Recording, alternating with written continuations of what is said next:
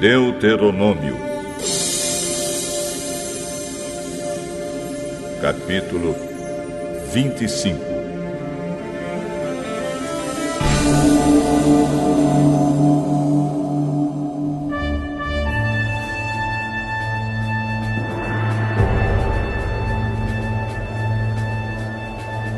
Quando dois israelitas tiverem uma questão, levem o caso para ser julgado pelos juízes. Um dos dois será julgado culpado e o outro inocente. Se o culpado for condenado a receber chicotadas, o juiz o fará deitar-se no chão e, na sua presença, o homem será chicoteado, recebendo o número de chicotadas que ele merece, de acordo com o crime que cometeu. O máximo que alguém pode receber são 40 chicotadas. Mais do que isso seria humilhar um israelita em público. Não amarre a boca do boi quando ele estiver pisando o trigo.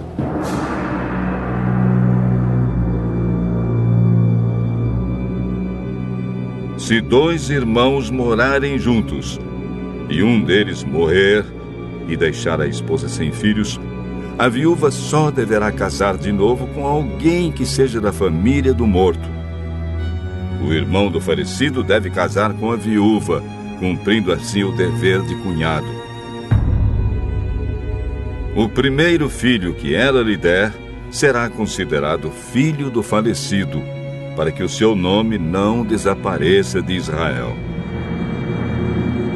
Mas, se o cunhado não quiser casar com a viúva, ela irá ao lugar de julgamento para falar com os líderes da cidade.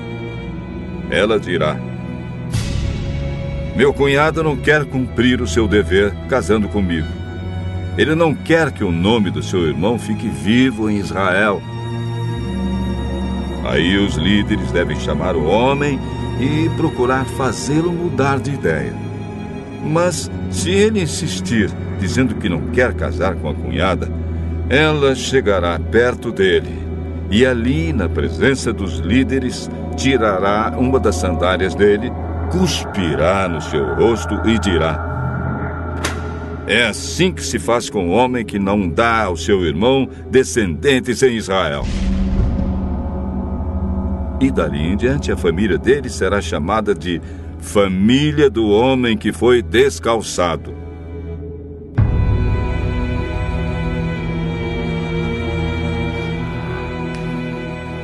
Quando dois homens estiverem lutando, a esposa de um deles não deve chegar e agarrar o membro do outro a fim de ajudar o marido. Não tenham dó nem piedade. Cortem a mão da mulher que fizer isso.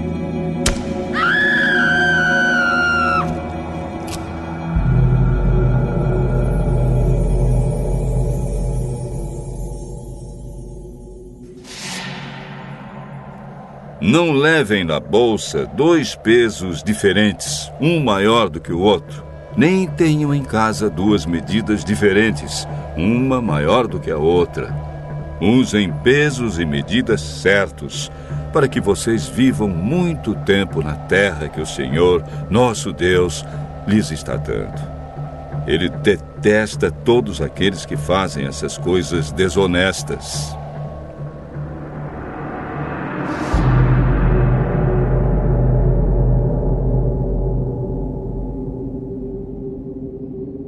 Lembrem daquilo que os amalequitas fizeram quando vocês estavam saindo do Egito. Eles não temeram a Deus, e quando vocês estavam cansados e desanimados, eles os atacaram de surpresa e mataram os mais fracos que estavam vindo atrás dos outros. Portanto, quando o Senhor, nosso Deus, lhes tiver dado a terra que vai ser de vocês e tiver feito com que derrotem todos os inimigos ao seu redor, acabem com os amalequitas. Matem todos, para que ninguém lembre mais deles.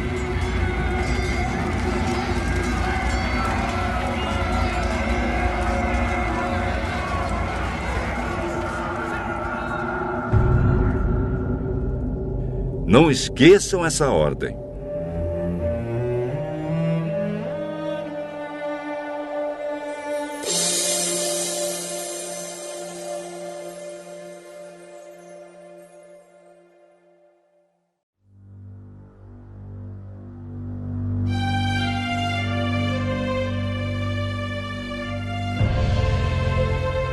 Deuteronômio,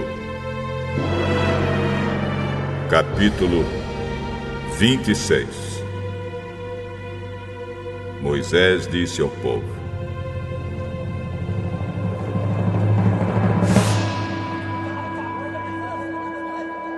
vocês vão tomar posse da terra que o Senhor, nosso Deus, está dando a vocês. Depois de morarem lá algum tempo, cada um deve pegar a primeira parte de todas as colheitas produzidas pela terra que o Senhor Deus lhe deu, deve colocá-la num cesto e levar para o lugar que Deus tiver escolhido para nele ser adorado. Vá falar com o sacerdote que estiver servindo naquele dia e diga: declaro hoje que estou morando na terra que o Senhor, nosso Deus, prometeu dar aos nossos antepassados. Aí o sacerdote pegará o cesto e o colocará na frente do altar do Senhor, nosso Deus. Então, na presença do Senhor, você fará esta declaração: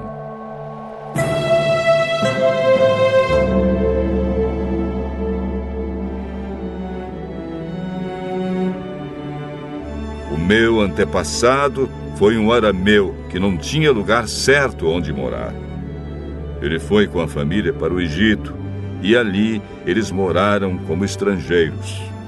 Quando chegaram lá, eram poucos, mas aumentaram em número e se tornaram um povo grande e forte. Os egípcios nos maltrataram e nos obrigaram a fazer trabalhos pesados. Então oramos, pedindo socorro ao Senhor, o Deus dos nossos antepassados. Ele nos atendeu e viu a nossa aflição, a nossa miséria e como éramos perseguidos.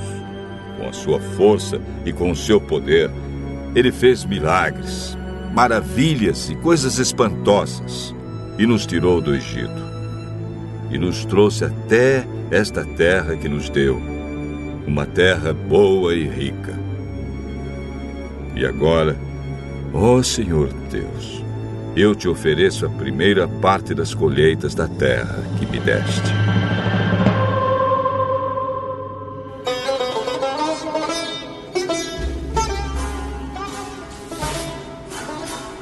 Depois, coloque a oferta diante do Senhor, nosso Deus, e ajoelhe-se na sua presença.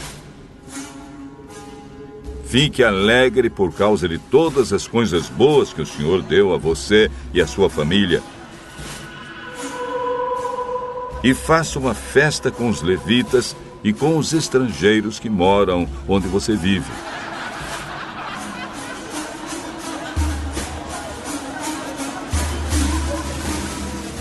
De 3 em 3 anos, junte a 10ª parte das colheitas daquele ano e dê aos levitas, aos estrangeiros, aos órfãos e às viúvas que moram na sua cidade, para que tenham toda a comida que precisarem. Depois, na presença do Senhor, nosso Deus, você dirá o seguinte: entreguei aos levitas, aos estrangeiros, aos órfãos e às viúvas a parte das minhas colheitas que pertence a ti. Obedeci a todos os teus mandamentos, não deixei de cumprir nenhum deles, e fiz tudo o que mandaste a respeito do dízimo. Não comi nenhuma porção do dízimo quando estava de luto. Não levei nenhuma parte para fora da cidade quando estava impuro, nem dei nenhuma parte como oferta pelos mortos. Fiz tudo o que mandaste, ó Senhor meu Deus, e obedeci à tua ordem. Olha do céu, onde moras, ó Deus, e abençoa-nos, o teu povo de Israel, e abençoa esta terra boa e rica que nos deste, conforme prometeste aos nossos antepassados. Hoje, o Senhor, nosso Deus, está mandando que vocês obedeçam a esses mandamentos. Portanto, cumpram as suas leis com todo o coração e com toda a alma. Hoje vocês afirmaram que o Senhor é o seu Deus e prometeram andar sempre nos caminhos dele, obedecendo às suas leis e aos seus mandamentos e fazendo tudo o que ele mandar. E hoje o Senhor Deus declara que, conforme prometeu, vocês são o povo que é somente dele. E ele manda que vocês obedeçam a todos os seus mandamentos. Assim ele vai abençoá-los, dando-lhes mais fama, glória e honra do que a qualquer outro povo que ele criou. E, conforme ele disse, vocês serão o seu povo escolhido, o povo que é somente dele.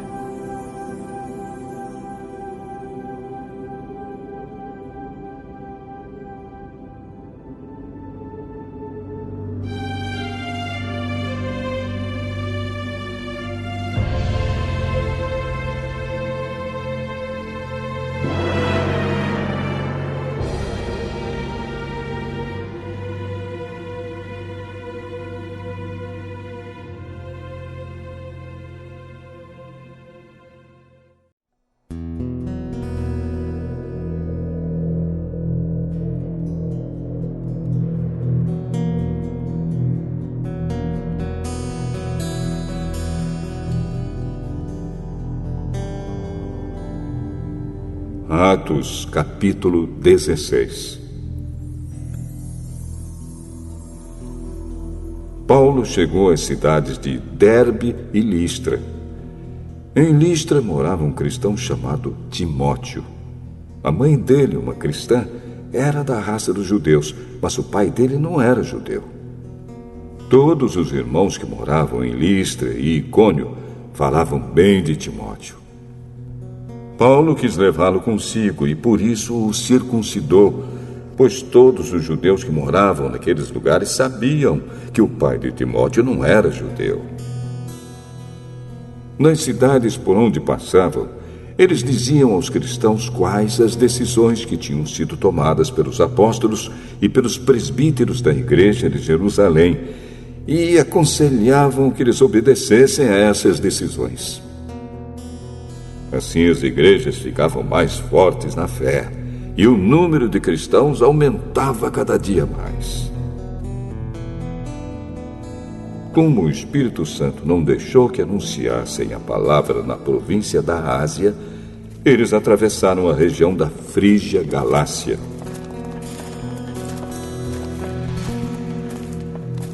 Quando chegaram perto do distrito da Mísia, tentaram ir para a província da Bitínia, mas o Espírito de Jesus não deixou. Então atravessaram a Mísia e chegaram à cidade de Troade. Naquela noite, Paulo teve uma visão. Ele viu um homem da província da Macedônia que estava de pé e lhe pedia: venha para a Macedônia e nos ajude. Depois dessa visão, nós resolvemos partir logo para a Macedônia, pois estávamos certos de que Deus nos havia chamado para anunciar o Evangelho ao povo dali. Nós embarcamos em Troade e fomos diretamente para a ilha de Samotrácia. No dia seguinte, chegamos ao porto de Neápolis.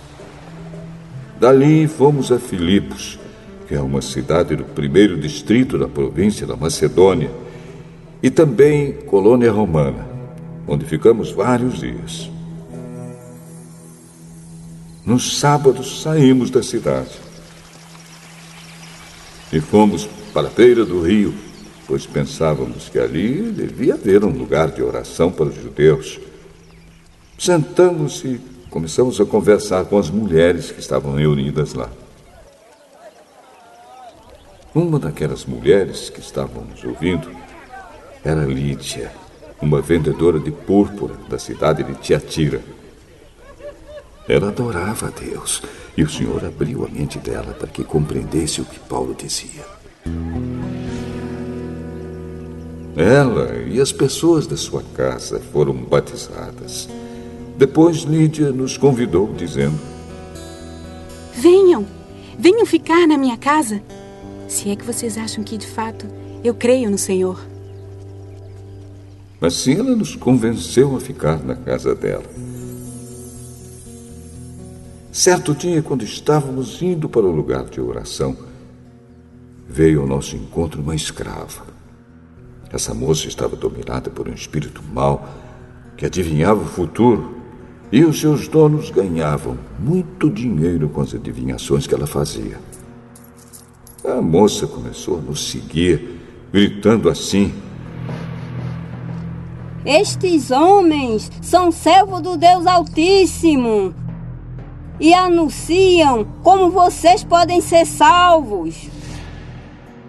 Ela fez isso muitos dias. Por fim, Paulo se aborreceu. Virou-se para ela e ordenou ao espírito: Pelo poder do nome de Jesus Cristo, eu mando que você saia dessa moça. E no mesmo instante o espírito saiu. Quando os donos da moça viram que não iam poder mais ganhar dinheiro com as adivinhações dela, agarraram Paulo e Silas e os arrastaram até a praça pública diante das autoridades. Eles os apresentaram a essas autoridades romanas e disseram: Esses homens são judeus e estão provocando desordem na nossa cidade. Estão ensinando costumes que são contra a nossa lei. Nós, que somos romanos, não podemos aceitar esses costumes. Aí uma multidão se juntou para atacar Paulo e Silas. As autoridades mandaram que tirassem as roupas deles e os surrassem com varas. Depois de baterem muito neles, as autoridades jogaram os dois na cadeia e deram ordem ao carcereiro para guardá-los com toda a segurança. Depois de receber essa ordem, o carcereiro jogou os dois numa cela que ficava no fundo da cadeia e prendeu os pés deles entre dois blocos de madeira. Mais ou menos à meia-noite, Paulo e Silas estavam orando e cantando hinos a Deus. E os outros presos escutavam. De repente, o chão tremeu tanto que abalou os alicerces da cadeia. Naquele instante, todas as portas se abriram e as correntes que prendiam os presos se arrebentaram. Aí o carcereiro acordou. Quando viu que os portões da cadeia estavam abertos, pensou que os prisioneiros tinham fugido. Então, puxou a espada e ia se matar. Mas Paulo gritou bem alto: Não faça isso! Todos nós estamos aqui! Aí o carcereiro pediu que lhe trouxessem uma luz. Entrou depressa na cela e se ajoelhou, tremendo, aos pés de Paulo e Silas. Depois levou os dois para fora e perguntou: Senhores, o que devo fazer para ser salvo? Creia no Senhor Jesus e você será salvo, você e as pessoas da sua casa. Então eles anunciaram a palavra do Senhor ao carcereiro e a todas as pessoas da casa dele. Naquela mesma hora da noite, o carcereiro começou a cuidar deles, lavando os ferimentos da surra que haviam levado. Logo depois, ele e todas as pessoas da sua casa foram batizados. Em seguida, ele levou Paulo e Silas para sua casa e lhes deu comida. O carcereiro e as pessoas da sua casa ficaram cheios de alegria, porque agora criam em Deus. Quando amanheceu, as autoridades romanas mandaram alguns policiais com a seguinte ordem para o carcereiro: solte esses homens. Então o carcereiro disse a Paulo: As autoridades mandaram soltá-lo. Pode ir embora em paz. Mas Paulo disse aos policiais: eu e Silas somos cidadãos romanos. E mesmo assim, sem termos sido julgados, fomos surrados em público. E depois nos jogaram na cadeia.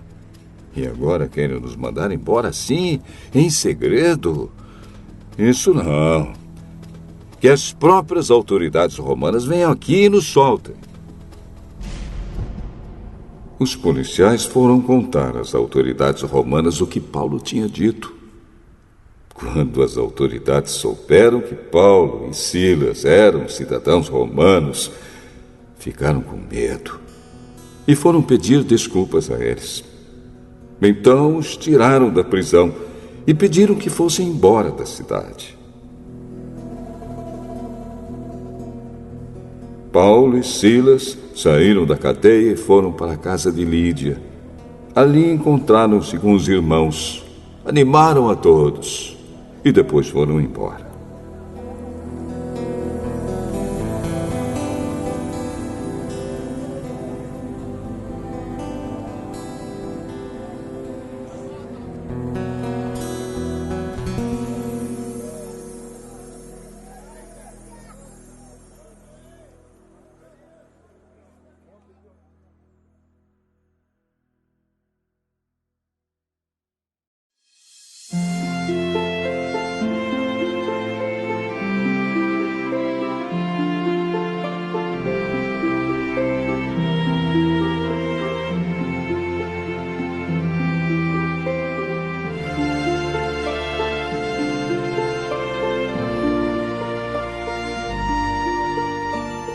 Salmo 92.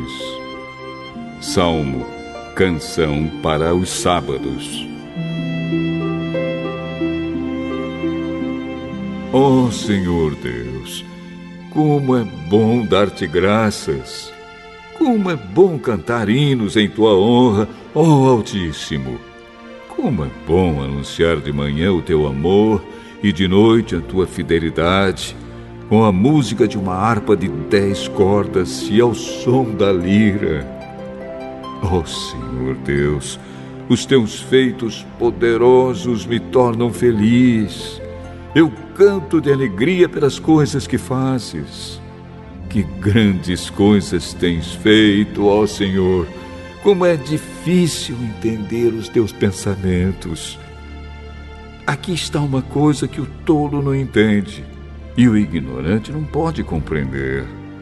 Os que praticam más ações crescem como a erva, e os perversos podem prosperar, porém, eles serão completamente destruídos.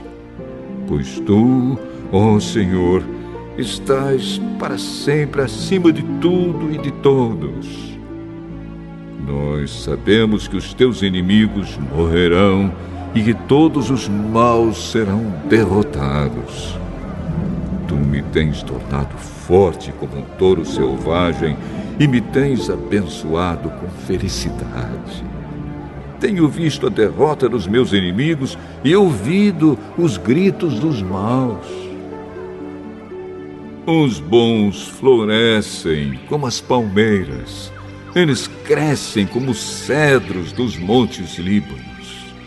Eles são como árvores plantadas na casa do Senhor, que florescem nos pátios do templo do nosso Deus. Na velhice, eles ainda produzem frutos. São sempre fortes e cheios de vida. E isso prova que o Senhor Deus é justo. Prova que Ele, a minha rocha, não comete injustiça.